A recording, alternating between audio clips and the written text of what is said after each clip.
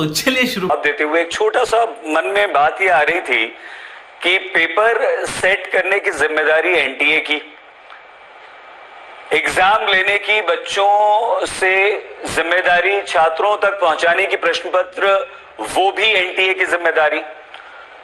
तो क्या तेजस्वी यादव ने एनटीए को हाईजैक कर लिया? शहजाद जी। शाबाश बेटा, बहुत बढ़िया।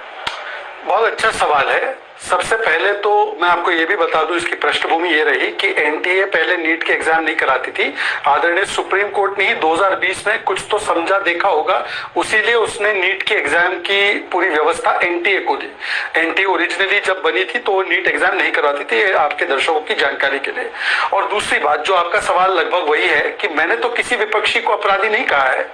मैं तो कह रहा हूं कि अपराधी अपराधी है तो उसको विपक्ष क्यों बचा रहा है। मैं आपको उसके दो पुख्ता उदाहरण देता हूं। अच्छा, मेरे भाई आलोक जी ने कहा कि हमने तो राजस्थान में कार्रवाई की, माने अगर कार्रवाई की होती तो सचिन पायलट सड़कों पर क्यों निकलते। दूसरी बात, मैं इनसे पूछना चाहता हूं कि अगर इस विषय पर शहजाद जी पहले एनटीए वाली बात कर लीजिए पूरी, आप नहीं है तो एक पहले एनटीए की बात पूरी कर लीजिए। बच्चों को उसी पे बोल रहा हूं कि आखिर उसी पे बोल रहा हूं आखिर ये एनटीए से पेपर कैसे बाहर चला गया।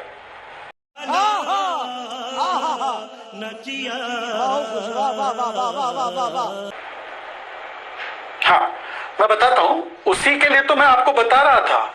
एनटीए जैसी व्यवस्था से अगर जो आरोप लग रहे हैं बिहार की एफआईआर के द्वारा, अगर उसमें कोई गड़बड़ियां उस प्रकार की है जो सुप्रीम कोर्ट उसमें देखरेख कर रहा है, तो उसके जो मास्टरमाइंड है उनके ऊपर तो हमको ध्यान देना पड़ेगा ना कि उनका क्या राजनीतिक कनेक्शन है, ये करने के बाद उनको कौन सा राजनीतिक संरक्षण प्राप्त है। और इस प्रकार का संरक्षण प्राप्त है कि सर्वोच्च नेताओं में से एक विपक्ष की प्रियंका वाड्रा आयुषी पटेल नामक एक लड़की का वीडियो जारी करती है जो पूर्ण तरीके से हाईकोर्ट द्वारा स्थापित होता है फेक है। बिल्कुल भाई, ये तो पूछना पड़ेगा ना कि अगर इन्होंने कोई चीज की है इन अपराधियों ने तो इनको संरक्षण दे कौन रहा है। हम समझ रहे हैं, देखिए इनको कौन संरक्षण इस आपको रोक रहा हूं मैं बिल्कुल समझ रहा हूं। देखिए 5 मिनट बोले, नहीं आप बात कर रहे हैं 10 सेकंड नहीं, आप 2 मिनट बोलिएगा। देखिए जो चारों लोग अभी बोले यहाँ पर, आलोक जी, अनुराग जी, मिश्रा जी और मलूक नागर जी, सबने यही बात कही कि अपराधी दोषी जो भी होगा उसे बख्शा नहीं जाएगा।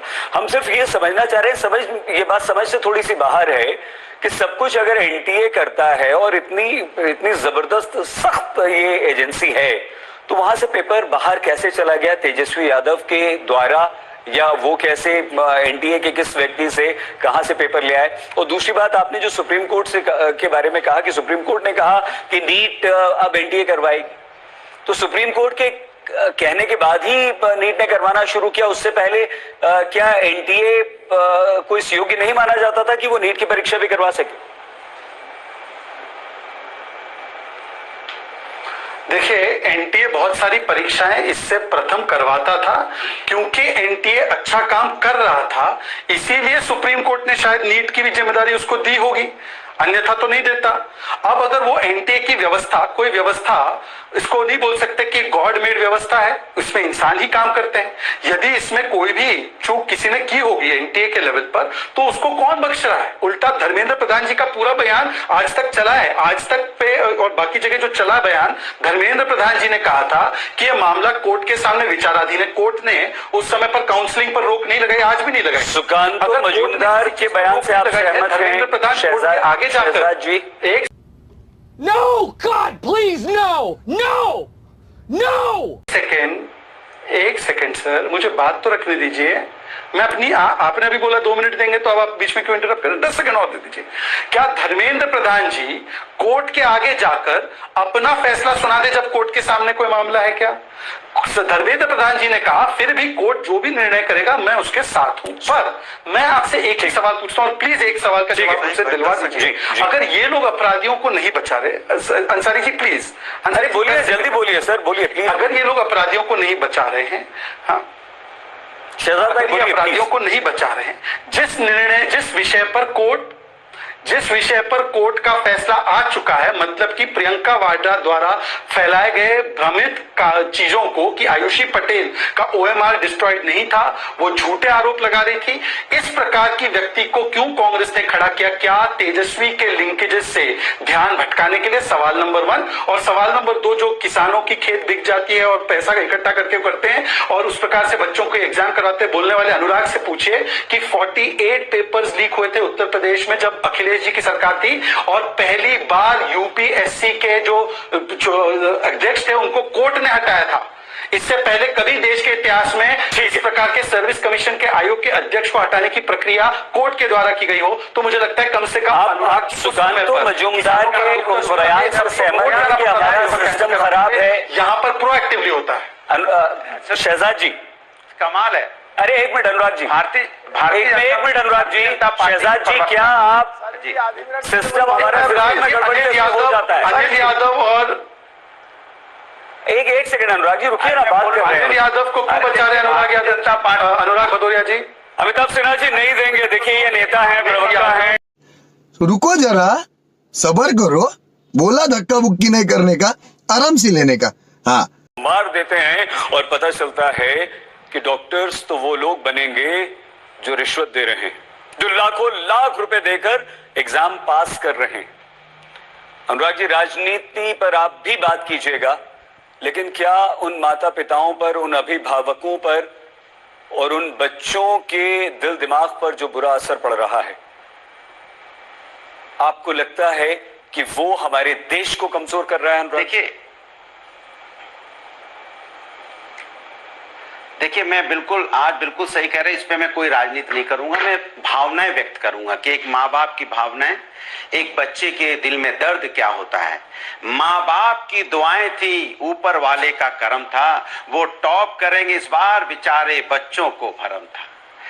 हर बार वही झंझट, हर बार वही कहानी, बच्चों की मेहनत पर फिर देखो फिर गया पानी। झूठों की ये सरकार कहती थी सब ठीक हो गया, पर्चा फिर से लीक हो गया।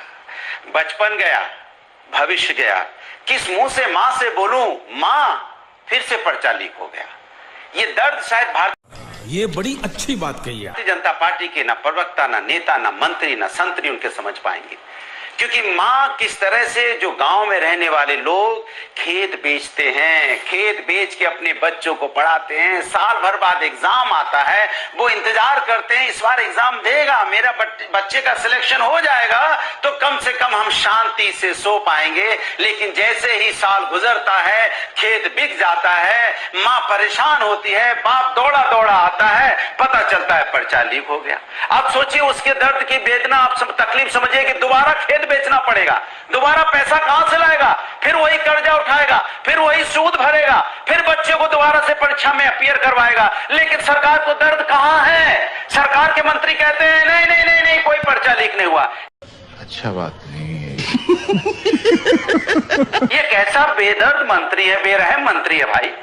कैसा मंत्री है जिसको ये नहीं दर्द हुआ, कर मुंह से बोल दिया, ये भी नहीं सोचा कि किस तरह के पैसे इकट्ठा करके माँ बाप कैसे कैसे जोड़ के इकट्ठा करके बच्चों को एग्जाम दिलाते हैं। कोई पहला एग्जाम का पर्चा लीक हुआ है? इस तरह की बात है।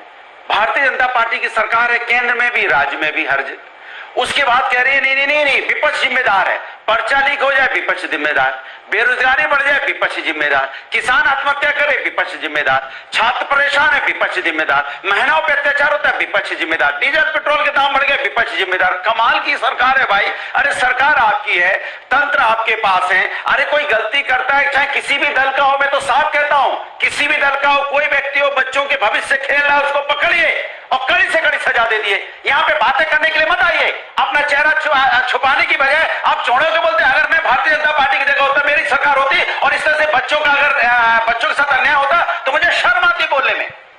प्लीज ये अच्छा नहीं, ये अच्छा। लेकिन भारतीय जनता पार्टी की देखिए बेशर्मी, शर्म भी नहीं है, ऊपर से विपक्ष को दोषी ठहरा रहे हैं। अरे विपक्ष दोषी है तो सजा दे दो ना, किसने रोका है? आपके पास तो तंत्र है, खाली मुंह थोड़ी बोलना है, आपके पास तो सिस्टम है। इसका मतलब आप अपनी कमजोरी को छिपाने की बात कर रहे हैं विपक्ष में उंगली उठा के। या आपका तंत्र फेल हो गया, आपका पर्चा लीक हो रहा है, इसके मतलब आपकी सरकार फेलियर है। आपकी जो एजेंसी काम नहीं करती है, या एजेंसी बिकी हुई है, पता लगा किस एजेंसी को आपने काम करने को दिया है और एजेंसी कहां की है ये भी पता लगाइए, कौन उसका मालिक है, कौन उसका एमडी है, पता लगाइए आप, पता चल जाएगा किसने चोरी की, कहां से चोरी की। दुनिया भर की बात हो रही है, सुप्रीम कोर्ट मानी, सुप्रीम कोर्ट को तो सही मानते हैं। अब नेट का जो पर्चा लीक हो गया, अब फिर सुप्रीम कोर्ट जाया जाएगा, इसके बाद 12वीं का पर्चा हो गया, फिर सुप्रीम कोर्ट जाएंगे। अरे भैया सरकार किस लिए होती है? जब सब कुछ आदेश सर्वोच्च न्यायालय को करना है तो सरकार झुंझुना बजाने के लिए है भैया। जब सब आदेश सब कुछ मानी सर्वोच्च न्यायालय से ही होना है तो सत्ता छोड़ दीजिए, फिर सत्ता का कोई मतलब नहीं है। समाप्त कीजिए। आदेश वहीं से आना है तो आप क्यों हो भाई? खत्म, bye bye, tata, goodbye, गया।